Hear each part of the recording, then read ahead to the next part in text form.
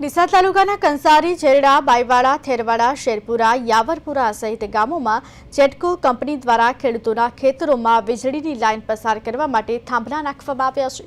તેમાં કંસારી ગામના ખેડૂતોના ખેતરોમાં મોટી સંખ્યામાં વીજળી માટે થાંભલા નાખવામાં આવ્યા છે। ખેડૂતોનો આક્ષેપ છે કે આ વીજળીના થાંભલા નાખવા માટે જે તે સમયે અમે વિરોધ કર્યો હતો, ત્યારે જેટકો કંપનીના અધિકારીઓ પોલીસને સાથે રાખી પોતાની મનમાનીથી અને દાદાગીરીથી અમારા ખેતરોમાં થાંભલા નાખી દીધા અને અમને વળતર આપવાનું કહ્યું હતું, પરંતુ અમને કોઈ યોગ્ય વળતર મળ્યું નથી।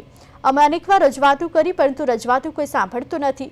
હાલમાં જ્યાં ઘરની બાજુમાં ખેતરમાં થાંભલા નાખવામાં આવ્યા છે, તે થાંભલા ચેક અને સર્વે કરવા માટે અધિકારીઓ રાત્રિના દરમિયાન આવે છે। ખેડૂતોનો આક્ષેપ છે કે બહેન દીકરી એકલા ઘરે હોય ને રાત્રિના સમયે આમ અધિકારીઓએ એકલા આવવું તે પણ યોગ્ય નથી, જેથી અમે હેરાન થયા છીએ। જેથી જે અધિકારીઓ રાત્રિના સમયે આવે છે તે ન આવે તે દિશામાં પગલાં ભરવામાં આવે।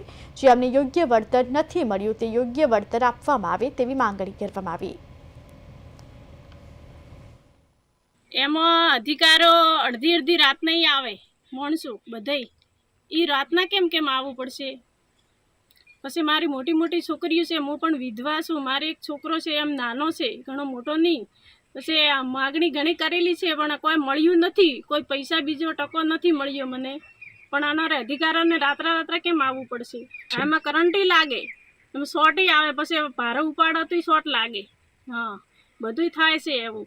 અમને કોઈ નથી કીધું કે એમાં કે કોઈ અધિકારીઓ બારલા આવણા નથી જે અડધી રાતના, પણ કોઈ મળ્યું નથી એમાં કોઈ।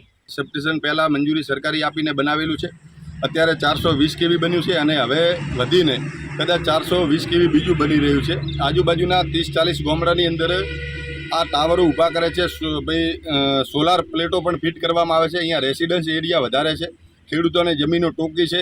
ખેડૂતોને અત્યારે આ ટાવરો ઊભા થવાના કારણે પશુપાલન માટે પશુપાલન માટે ઘાસચારો વાવવો પણ મુશ્કેલ થાય છે અને વળતર જ્યારે જબરજસ્તી પોલીસ સાથે આવી અને જ્યારે ત્યાં નાખવો એ જગ્યાએ સર્વે કરીને નાખી દે છે। પોલીસ પ્રશાસન હાથે હોય છે, ખેડૂત કશું કરી શકતા નથી। આગળ રજૂઆત કરે પણ છતાંથી એમને હાથ બંધાયેલા હોય છે, એ સાહેબો પણ હાથે આવીને એ ટાવર નખાઈ દે છે, એમને વળતર પૂરતું પણ નથી આપતા। એવી સંજોગો અહીંયા ઊભા થયા છે। ખેડૂતોને પહેલાં આશ્વાસન આપી દે કે હું તમને એટલા જંત્રી પ્રમાણે આપશું ને પછી એમાં પૂરતું વળતર પણ નથી આપતા। આજુબાજુના ખેડૂતોને આ પરિસ્થિતિ ખૂબ જ વણસીરી છે। સરકારશ્રીને અમે વિનંતી કરીએ કે હવે ખમૈયા કરો, અહીંથી આગળ લઈ જાઓ થોડું ઘણું સબસ્ટેશન। આ આજુબાજુના 30-40 ગામડાની અંદર પરિસ્થિતિ ખૂબ જ ગંભીર થાય છે।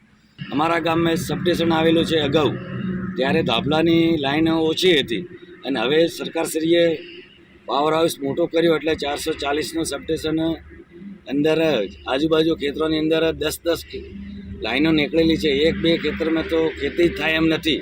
તમારે જો એવું હોય તો ધ્યાન લઈને સર્વે કરી શકે કે એક ખેડૂતને ખેતરમાં કેટલા ધાબલા આવેલા છે, કે જે સરકાર ફાળવે એ પૂરી સરકાર ખેડૂતોને વળતર આપે। ઝેટકોવાળી લાઈનો હવે કંસારીમાં બંધ કરે અને બીજી જગ્યાએ ઝેટકો લાઈન લઈને જાય એવી અમારી ભલામણ છે સરકારશ્રીને। અમારા ખેતરમાં ટાવરના થોભલા આવેલા છે અને આવે એટલે ચેક કરવા હવે જે ઝેટકોવાળા આવે છે એ રાતના 12 વાગે આવે છે, 6-7-8 જણા ભેગા થઈને આવે છે અને ચેક કરવા આવ્યા હતા એટલે અમારે ભાગે નુકસાન થાય। ચોમાસામાં વરસાદ જો હોય ત્યારે નીચે ભારો નહીં લઈ શકાતો, પછી ઊભો કરવામાં અમે વળતર બાબતે વાત કરી તો કે અમે સરકારી ભાવમાં જંતરી પ્રમાણે ભાવ આપીશું એમ બોલે છે અને ભાવ એમના નીચે હોય કે કેટલાને પછી આપે ઓછા એકદમ, એવી સમસ્યા રહેશે અમારે।